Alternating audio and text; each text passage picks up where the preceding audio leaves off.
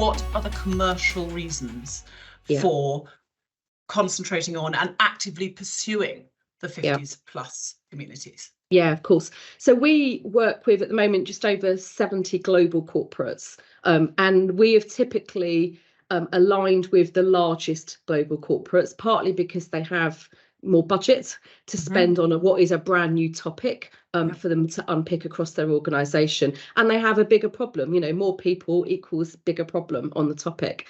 What's interesting is none of them have engaged us around DE&I and inclusion.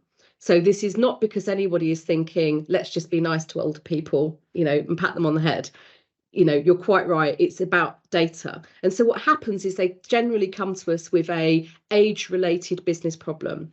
So if I look in the financial services sector, for example, they would come to us to say that our attrition's running high.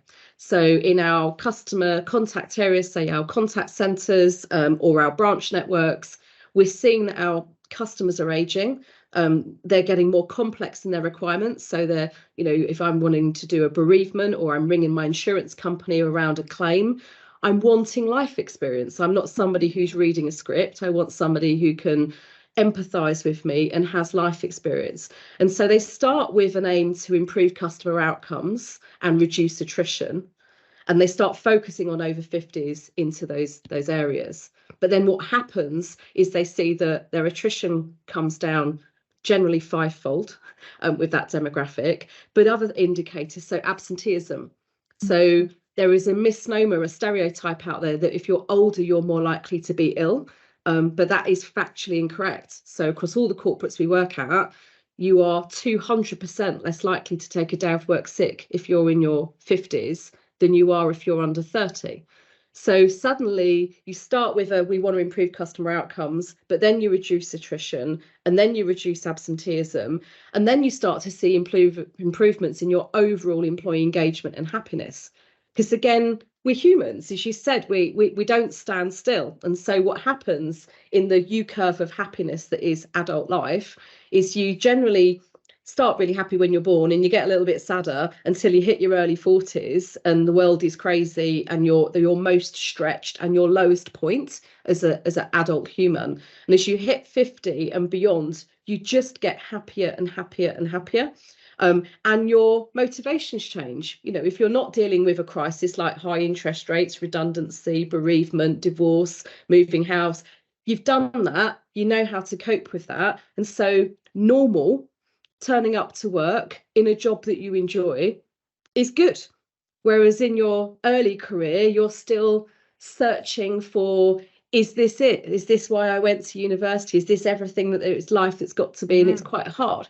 So we see that actually the more you shift to having a multi-generational workforce, you will actually start to see improvements in happiness. And then the final, you know, rubber hits the road when it comes to obviously financial performance. And Gartner have just actually released a study that they've been running across multi-generational teams. And you are something like, you know, 75% more likely to exceed all of your financial targets if the team facing into that are multi-age diverse. And so, you know, we see all the individual threads, but we're seeing that has such a much more profound impact on the business case than what people initially are trying to solve.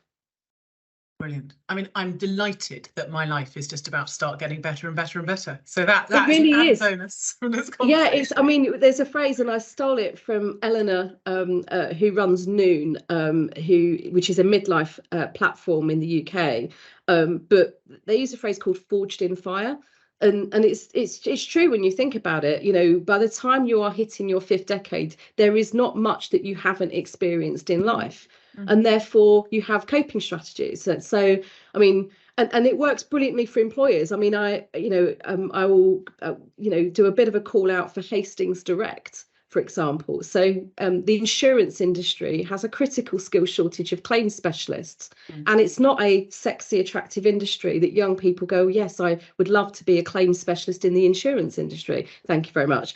And so, you know, we after a period of time said, well, why don't we look at retirees, and let's see people with life experience who have been through those claims, who have been on the side of a motorway when they've had a car accident, who have been in a house that's been flooded and know how stressful that is when you're ringing your insurance company in the middle of the night trying to get somewhere to stay and house your kids. Yeah. And so, we ran a little pilot in Bexhill-on-Sea for them, where they had a shortage of claims specialists, and I think about 12 vacancies, and they hired 18 in the first month. And it has this wave of benefits. So the first wave of benefits is that they filled their talent acquisition gap immediately. The second wave is that the people that they've hired are genuinely excited about solving customer claims problems and can't wait to help people. So no training needed about empathy and listening skills and how to talk to a customer. Just, I want to help them and I'm going to be there. But the third and unexpected feel-good factor, which they didn't experience or expect to experience, goes back to your point around social mobility. So one of the people they hired as a great example, let's call her Sue, is in her early 60s, has never worked for a company before. She's taught dance, modern and tap for her entire adult life. She's had a knee replacement, can't teach dance anymore, has no private pension and savings. And all of a sudden, she has a brand new career. She has an employer, she has an ecosystem, she has an income, she has a pension starting to be saved for, she has healthcare cover, and will be the most experienced, loyal and excited employee that you could ever have entering your workforce.